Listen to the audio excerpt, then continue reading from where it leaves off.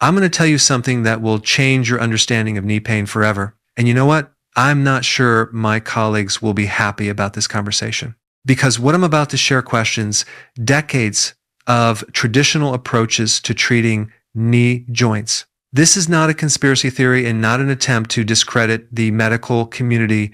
This is the result of my 25 years of work, thousands of hours of research, and an honest look at why so many people continue to suffer from knee pain despite all the achievements of modern medicine. Let me start with a story. In the early 2000s, I worked at a major orthopedic clinic, and we treated knee pain the way we were taught in medical schools. Diagnosis, anti-inflammatory drugs, physical therapy, and if nothing helps, surgery, standard protocol, time tested. But one question always troubled me. Why did so many patients keep coming back again and again? Why, after months of treatment, after expensive procedures, after surgeries, were people still complaining about pain? I started digging deeper, reading studies that don't make it into mainstream medical journals, talking to colleagues from other countries, studying alternative approaches, and what I discovered literally turned my understanding of knee joints upside down. The main cause of knee pain, which most clinics don't talk about, has nothing to do with the knee itself. I'll repeat this again because it sounds absurd. The primary cause of pain in your knee is not in the knee, it's in your foot and in your hip. Moreover, it's in your posture and how you sit at the computer 8 hours a day, in how you sleep, and even in what shoes you've been wearing for the last 10 years. The knee is the victim, not the perpetrator. But traditional medicine continues to treat the victim, ignoring the real culprits. Let's understand why this happens. Modern medicine is organized on the principle of specialization. There are doctors who deal with feet. There are those who specialize in knees. There are specialists in hips and spine. Each is an expert in their field, but no one looks at the body as a unified system. When you come to an orthopedist with knee pain, they look at the knee. They take an X-ray of the knee, an MRI of the knee, prescribe treatment for the knee. This is logical, isn't it? But here lies a fundamental mistake. Your body is not a collection of independent parts. It's a kinetic chain where each link affects all the others. When your foot doesn't work properly, for example, excessive pronation or supination, it changes the angle at which load is transferred up the leg. The knee, which anatomically should move like a hinge, strictly forward and backward, begins to experience twisting and lateral loads. Day after day, step after step, year after year. Cartilage wears unevenly, ligaments stretch, inflammation becomes chronic. And now you're sitting in a doctor's office and they're showing you an image and talking about degenerative changes in the knee joint.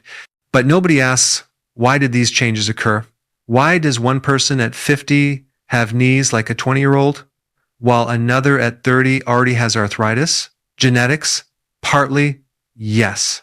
But much more important is how you use your body every day. And here's where it gets really interesting. I started conducting an experiment in my practice. When a patient came to me with knee pain, I didn't limit myself to examining the knee. I looked at the feet, checked hip joint mobility, assessed posture, analyzed gait, asked about workplace and lifestyle. And you know what? In 80% of cases, I found obvious problems outside the knee itself. Flat feet that nobody ever corrected, tight, shortened hamstring muscles, weak gluteal muscles that can't stabilize the pelvis, sedentary work that led to muscle imbalance and biomechanical dysfunction, an old ankle injury after which gait changed. All of these are time bombs for your knees. But traditional medicine doesn't train doctors to look for these connections. Moreover, the healthcare system doesn't encourage this approach because it requires time, individual attention, and complex thinking. It's much easier and faster to give a corticosteroid injection in the knee, write a prescription for anti-inflammatories, and send the patient home. This brings temporary relief. The patient is satisfied. The doctor has done their job. Everyone is happy. But in 3 months, in 6 months, the pain returns because the cause hasn't been eliminated. Then follows another injection, stronger medications, physical therapy that focuses only on the knee. And when even this stops helping, the doctor shrugs and says, maybe it's time to think about surgery. I'm not against surgery. There are cases when surgical intervention is absolutely necessary. Cruciate ligament rupture, serious meniscus damage, advanced arthritis with complete cartilage destruction. But I've seen too many surgeries that could have been avoided if someone had looked at the full picture in time. Knee surgery, especially joint replacement, is a serious intervention with risks, long rehabilitation, and not always predictable results. And the saddest thing, even after surgery, if the root cause isn't eliminated, problems can return or transfer to the other knee. Now, let's talk about why this information didn't become publicly available earlier. I won't talk about conspiracies or malicious concealment of information. The reality is more mundane and at the same time more complex. Medical education is conservative by nature. What is taught in medical schools today is based on research and practices from 10 to 20 years ago. New approaches, especially those requiring interdisciplinary thinking, are implemented very slowly. Doctors are overworked and don't always have the time and resources to keep up with all new research and techniques. In addition, there's an economic factor. Pharmaceutical companies invest billions in developing drugs for treating pain and inflammation. Medical equipment manufacturers are interested in conducting surgeries and diagnostic procedures. This is a huge industry, and it's not interested in simple, non-drug solutions. I'm not saying these are bad people or a corrupt system. It's just how modern medicine works. It's focused on treating symptoms and acute conditions, not on eliminating causes and prevention. When I started applying a comprehensive approach in my practice, colleagues looked at me skeptically. Why spend an hour on one patient when you can see 5 in that time? Why prescribe exercises for feet and hips when the problem is in the knee? But the results spoke for themselves. Patients who followed my recommendations not only got rid of pain, but also didn't return with relapses. They learned to understand their body, correct movements, strengthen weak areas. They became active participants in their recovery, not passive recipients of medical services. One of the most dramatic cases in my practice involved a woman named Elena. She was 45 years old and had been suffering from chronic pain in her right knee for 3 years. She had gone through everything: multiple courses of anti-inflammatories, hyaluronic acid injections, physical therapy, acupuncture. Nothing gave lasting effect. Her previous doctor had already started discussing the possibility of arthroscopy. When I first examined Elena, I asked her to walk around the office barefoot.